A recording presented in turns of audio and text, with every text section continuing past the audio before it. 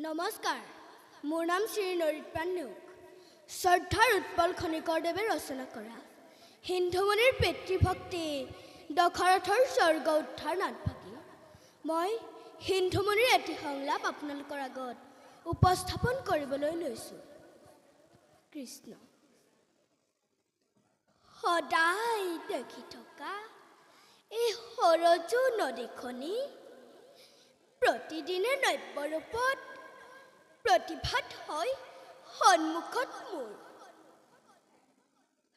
কলো কলো সৰজুৰ সুললিত ধ্বনিয়ে এক অপূৰ্ব সাংগীতিক মূৰ্ছনাৰ কৰিছে সৃষ্টি। আহা যেনেই চাওঁ দেখা পাওঁ প্ৰকৃতিৰ ৰূপ মনোহৰ। নদীৰ দৰিয়লে পৰ্যন্ত কণ কণ বালিমাহী চৰাইবোৰে বলুকাত অপূৰ্ব ভাস্কৰ্য কৰিছে চিত্ৰিত।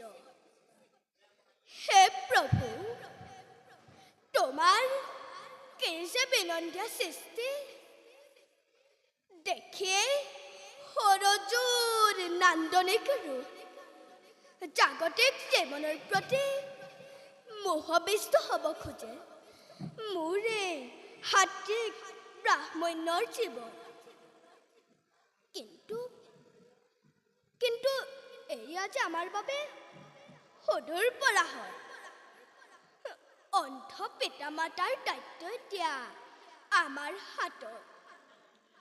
জীৱনৰ সৰহ সময় তেওঁলোকৰ শুশ্ৰূষাতেই যায়, নিজৰ বাবে ভাবিবলৈ আহৰিয়ে নাই।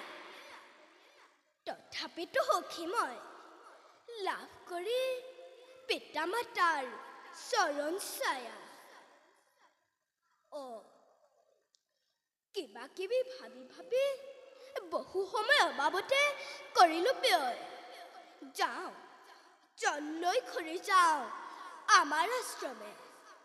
আপেক্ষিছে পিতা মাতাই অধীৰ আগ্ৰহেৰে। কৃষ্ণ। মই এতিয়া গৰুড়ৰ অমৃতহৰণ বিনতাৰ ৰাসত্বমোচন নাটভাগী অৰুণৰ এটি সংলাপ আপোনালোকৰ আগত উপস্থাপন কৰিবলৈ লৈছোঁ। কৃষ্ণ।